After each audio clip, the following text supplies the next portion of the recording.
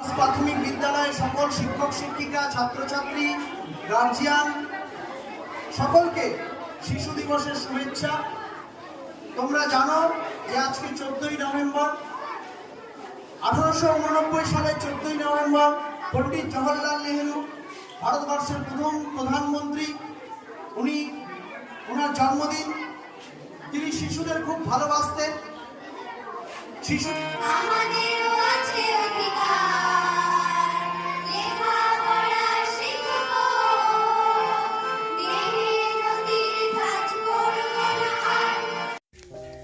আজ রায়গঞ্জ গার্লস প্রাথমিক বিদ্যালয়ে শিশু দিবস উদযাপন করা হলো। ভারতবর্ষের প্রথম প্রধানমন্ত্রী পণ্ডিত জওহরলাল নেহেরুর জন্মদিন শ্রদ্ধা সহকারে পালন করে শিশু দিবসের অনুষ্ঠানে ছাত্রছাত্রীরা বড় হয়ে আগামী দিনে যা হতে চায়, অর্থাৎ তাদের আগামী দিনের জীবনের লক্ষ্য এবং সমাজসেবা কেন্দ্র করে তারা ফ্যান্সি ড্রেস কম্পিটিশন, রূপসজ্জায় অংশগ্রহণ করে।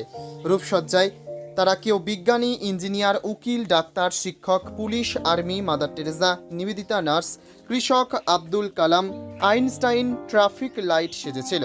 তারা ভবিষ্যতে ভালো মানুষ হবার পাশাপাশি আমাদের দেশকে, ভারতকে যাতে আরও ভবিষ্যতে তাদের বড় বড় কর্মের মাধ্যমে এগিয়ে নিয়ে যেতে পারে সেই শুভেচ্ছাও দেওয়া হয়। প্রাথমিক বিদ্যালয়ে সকল শিক্ষক শিক্ষিকা ছাত্রছাত্রী অভিভাবক অভিভাবিকাদের নিয়ে আমরা শিশু দিবস উদযাপন করলাম। শিশু দিবসে আমাদের ফ্যান্সি ড্রেস কম্পিটিশন রূপসজ্জা ছিল।